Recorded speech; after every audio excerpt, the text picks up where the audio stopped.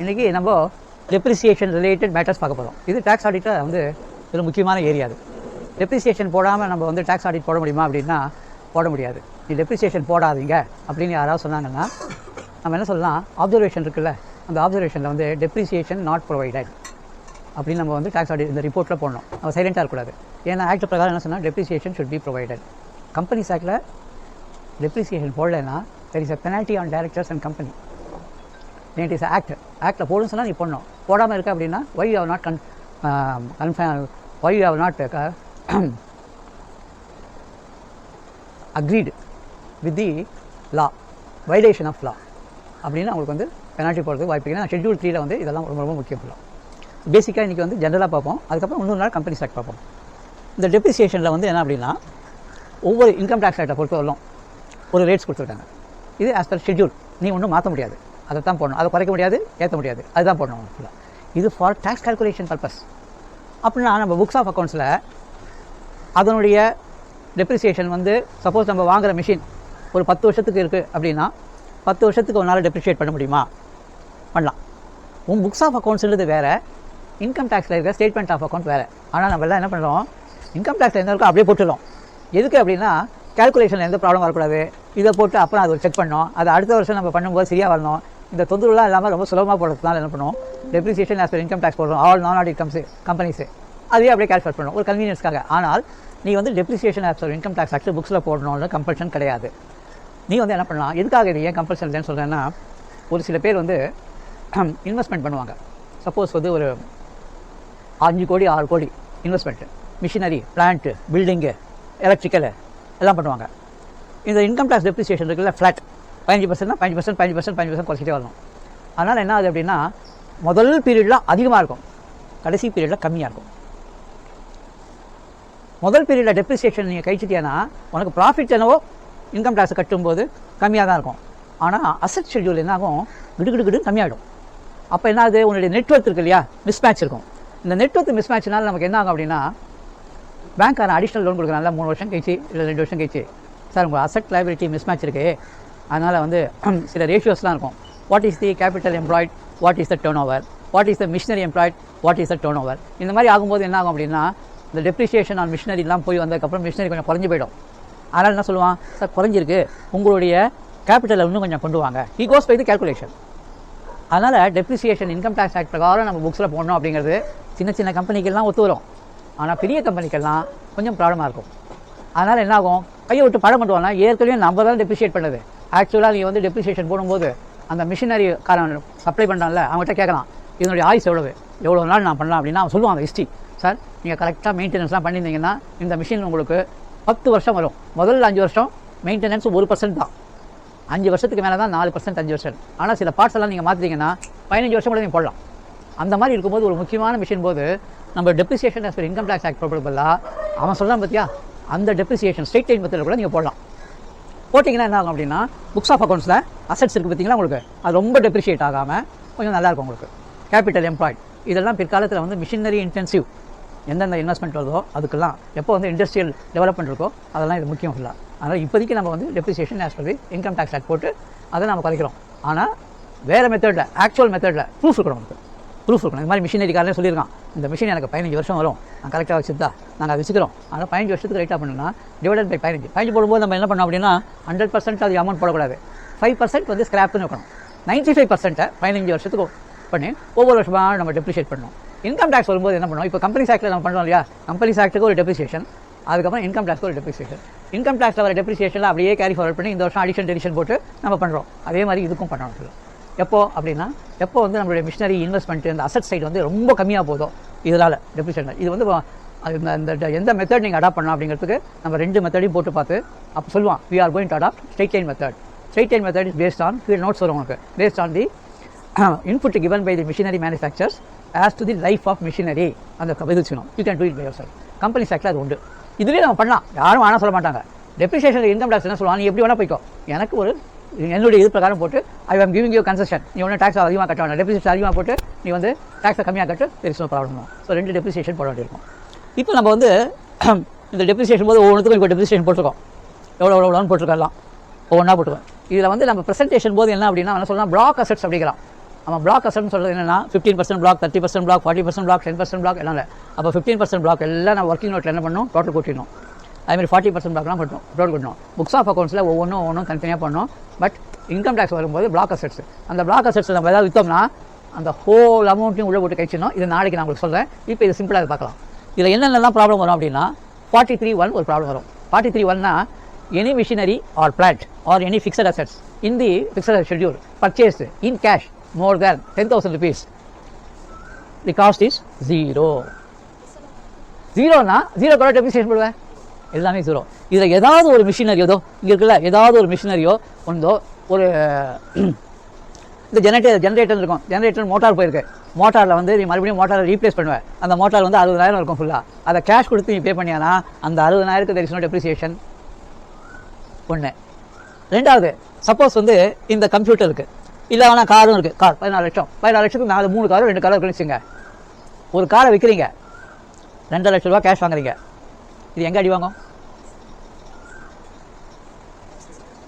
Specified financial டிரான்சாக்ஷனில் any amount received by cash by anybody on any account எஸ்எஃப்டியில் report பண்ணணும். அதனால் cash புக்கில் 2 லட்சத்துக்கு மேலே ஏதாவது இருக்கா பாருங்கள். அவன் வாங்குறானே, அவன் வந்து என்ன வாங்குறான், இந்த அசெட் வாங்குறான் இல்லையா, he pays more than 10,000 rupees for purchase of a fixed assets car. அவன் அசெட்ஸ் இருக்கா, அவனுக்கு என்ன ஆகும், 0 ஆகும். எங்கேருந்து போவான், இங்கேருந்து ஓடி அங்கே போவான். இல்லை அவனை பிடிச்சானா உங்ககிட்ட வருவான், எஸ்எஃப்டிக்கு வருவான். அதனால் இப்போ பார்க்கும்போது கேஷ் ட்ரான்சாக்ஷன் கொஞ்சம் பாருங்கள். இந்த மாதம் தான் கடைசி நமக்கு ஸ்பெசிஃபைடு ஃபினான்ஷியல் ட்ரான்சாக்ஷன். அதில் முக்கியமானது வருது any company under going 44AB tax audit if they have received anything 2 lakhs rupees and above, single transaction, single person, single event, single location. Single event, single location, அதுதான் நீங்கள் பார்க்கணும். இந்த single event, single location, single percent நான் வந்து ஒரு உங்களுக்கு example ஒன்று தரேன், ஒரு நாள் 2 நாள் ஒரு எக்ஸாம்பிள் எடுத்து தரேன். அந்த மாதிரி வந்தால் பார்த்துங்க. பட் 2 lakh rupees மேலே கேஷ் வந்துருக்குன்னா please be very careful, because SFT வரப்போகுது. எஸ்எஃப்டியில் நீ ரிப்போர்ட் பண்ணுறேன்னா ஒரு நாளைக்கு 1000 ரூபா பெனால்ட்டி. இதெல்லாம் இம்ப்ளிமெண்ட் பண்ண போகிறான். அதனால் maintenance of books of accounts and checking the book account very important. ரெண்டாவது நம்ம சில சமயம் என்ன பண்ணுவோம் அப்படின்னா, இந்த எக்ஸ்பென்சஸ் எழுதும்போது எல்லாத்தையும் ஒட்டுமொத்தமாக போட்டு தள்ளி விட்ருவோம். 2 லட்சம், 1 லட்சம், 1,4 லட்சம் நிறையா உட்காந்துருக்கு. அதுக்கெல்லாம் each and every transaction should have a documentary evidence. Wholesale வேணும், ஹோல்சேல் இருந்தால் தான் முடியும். எக்ஸ்டர்னலில் வந்து பில்லு வாங்க முடிஞ்சால் internal bills not allowed. External பில்ஸ்னால் என்ன அப்படின்னா, இப்போ நீ வந்து ஒரு கார்டில் வந்து உங்கள் ஆஃபீஸ் விஷயமா நீ வெளியில் போகிற, அப்போ என்ன ஆகுது, உனக்கு வந்து ஒரு 12,000 ஆகுது, போயிட்டு வரத்துக்கு எல்லாத்துக்கும் சேர்த்து 12,000 ஆகுது. நீ ஹோல்சேல் போடக்கூடாது. கார் டிரைவர் இருக்கான்ல, அவனுடைய ஆர்சி புக்கு அந்த மாதிரி ஒரு கார் இருக்குது, டிரைவருக்கு எல்லாத்துலேயும் ப்ரூஃப் கொடுக்குறாங்க உங்களுக்கு. அவனுடைய கார் டிரைவர் அந்த ஆர்சி புக்கில் ஏதோ ஒரு ட்ரிப் ஷீட் இருக்கும். இப்போனா நம்ம வந்து எல்லோ போர்டில் போகும்போது, லாரியில் போகும்போது அவங்களுக்கு ட்ரிப் ஷீட் வந்து வெரி இம்பார்ட்டன்ட். அட்லீஸ்ட் அந்த ட்ரிப் ஷீட் யாவது வாங்கணும். That is the proof. நீயா ஹோல்சேல் போட்டியானா அவன் என்ன சொல்லுவான், இது போகஸ் ட்ரான்சாக்ஷன் எவிடன்ஸ் ஸ்ட்ராங்காக வச்சுக்கணும். அதனால் அதுக்கெல்லாம் வந்து இது ரொம்ப உதவும். ஸோ அந்த மாதிரி இருக்கும்போது என்ன ஆகும், உங்களுக்கு more than 10,000 rupees it will be disallowed.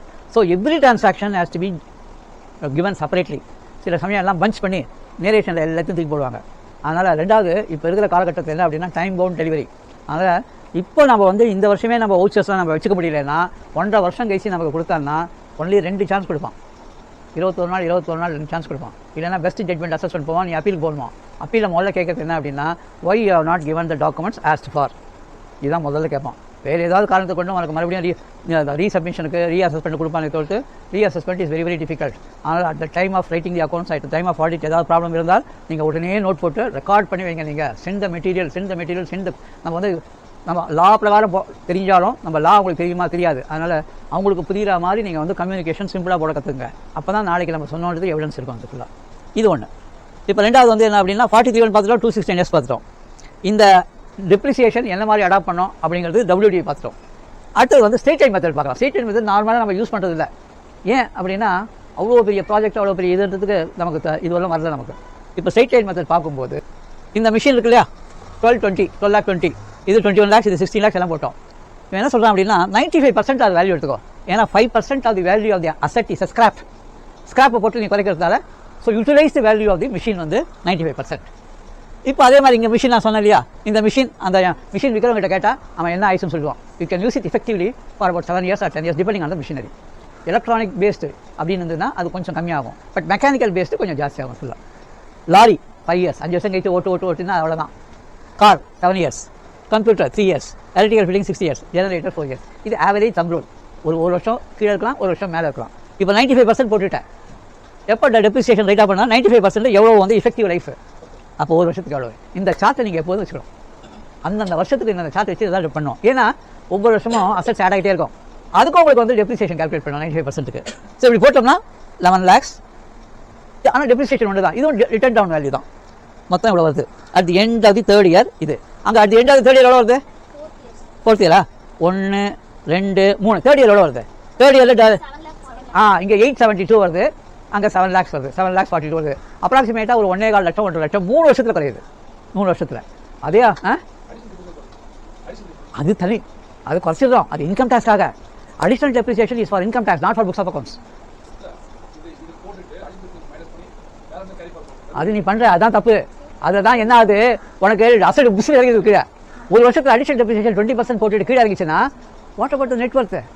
அசட்டோட network என்ன ஆகும்? ஒரு சில கம்பெனியில் என்ன பண்ணால் இந்த asset employed and turn over, நான் வந்து என்ன பண்ணேன் 20 கோடி அசட் பிளான்ட் அண்ட் மிஷனரி, அந்த 20 கோடி இஸ் ஜெனரேட்டிங் அபவுட் 80 crores. அப்போனா 4 times த ப்ரொடக்டிவிட்டி.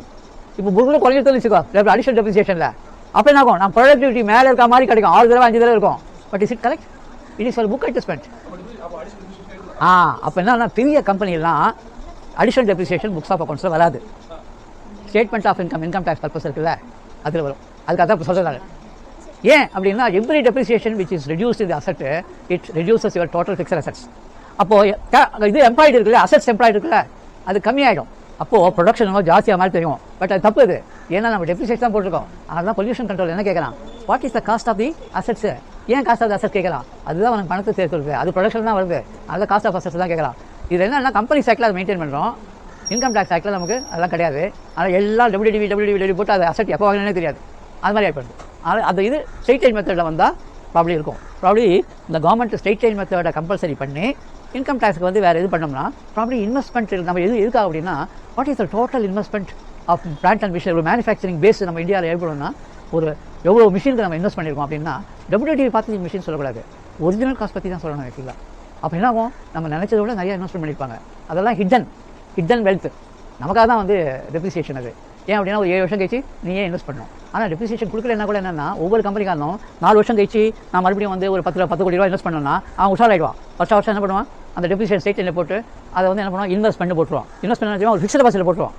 அந்த ஃபிக்ஸ்ட் டெபாசிட் பார்த்து கரெக்டாக 4 வருஷம் முடிஞ்ச உடனே அந்த ஹியூஜ் அமௌண்ட் வரும், இல்லை இன்ட்ரெஸ்ட்டோட சேர்த்து அது இன்னொரு மிஷின் வாங்கிடுவான். இது டெப்ரிசியேஷன் ஃபண்டுன்னு பேர். முன்னெல்லாம் இருந்தது அது கம்பெனி சாக்டில் டெப்ரிசியேஷன் ஃபண்ட், டெப்ரிசியேஷன் இன்வெஸ்ட்மெண்ட் இருந்தது. ஆனால் இப்போ வந்து டெப்ரிசியேஷன் இன்கம் டேக்ஸில் கொடுத்துருக்காங்க, அது அப்படியே உள்ளுக்குள்ள ஒர்க்கிங் கேபிட்டல் ரொட்டேட் ஆனதுனால கொஞ்சம் குறையுது. பட் அதை நம்ம கண்ட்ரோல் பண்ணி வச்சுக்கணும். நம்ம இப்போ ரைட்டாக ஸ்ட்ரெயிட் லைன் மெத்தடில், அதனால் இந்த ஸ்ட்ரெயிட் லைன் மெத்தடில் பார்த்தீங்கன்னா எப்போதும் அசெட் வந்து மேலே இருக்கும், டபிள்யூடிவியோட மேலே இருக்கும். டபிள்யூடிவியில் குறைஞ்சி போயிடாது. ஆனால் இன்கம் டேக்ஸாக பண்ணுறோம். இன்கம் டேக்ஸ் பண்ணுறது நம்ம வந்து புக்ஸில் எழுதணும்னு அவசியம் இல்லை. ஸோ இந்த 2 செக்ஷனும் பார்த்துங்க, அது 40 to 43 ஒன்று செக்ஷன், அதுக்கப்புறம் 26 அப்புறம் ஸ்பெசிஃபைடு ஃபைனான்ஷியல் டிரான்சாக்ஷன். இந்த 3லையும் இதுவாக மாதிரி எஃபெக்ட் ஆகுது உங்களுக்கு. இதுக்கு வந்து நம்ம வந்து இன்கம் டேக்ஸ் ஆக்டில் நம்ம வந்து ஒரு டேக்ஸ் ஆடிட்டில் நம்ம ஃபில்அப் பண்ணுறோம். நான் ஒரு 5 கொடுக்குறேன், நீங்கள் எல்லாம் போட்டு இப்போ இனிமேல் என்ன பண்ணோம், ஃபில்லிங் அப் த ஃபார்ம்.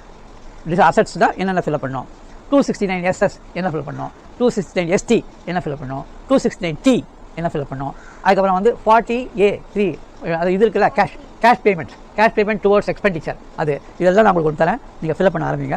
அடுத்ததில் நான் என்ன செய்கிறேன், list of ledger accounts the expenses of which is disallowed under income tax.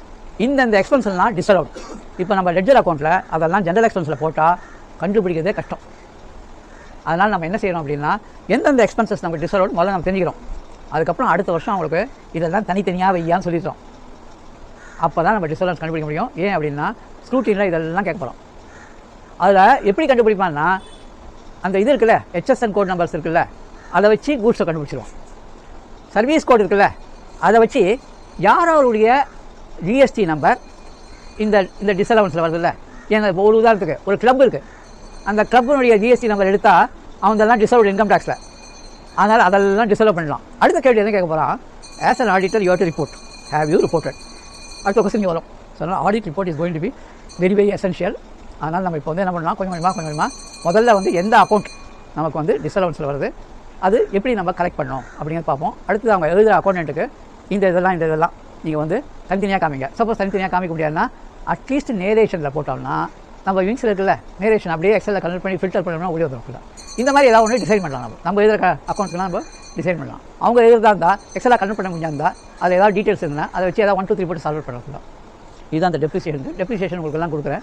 நீங்கள்லாம் உங்களுக்குலாம் ஓரளவுக்கு தெரியும். உங்களுக்கு கொடுக்குறேன். டெப்ரிசியேஷன் போட்டுட்டு அதை அப்படியே நீங்கள் ஃபில்அப் பண்ணணும் ஃபுல்லாக. அதேமாதிரி 269S கொடுத்துருக்கேன், 269ST கொடுத்துருக்கேன், அப்புறம் 269T கொடுத்துருக்கேன். அது எல்லாத்தையும் சார்ட் அவுட் பண்ணுங்க. என்ன கட்டணும்? எஸ்ன்னு ஆரம்பித்தா ரிசீட்டு, டீன்னு ஆரம்பித்தா பேமெண்ட். இதுதான் உங்களுக்கு ஞாபகம் வச்சுக்கிறது ஈஸியாக ஃபுல்லாக.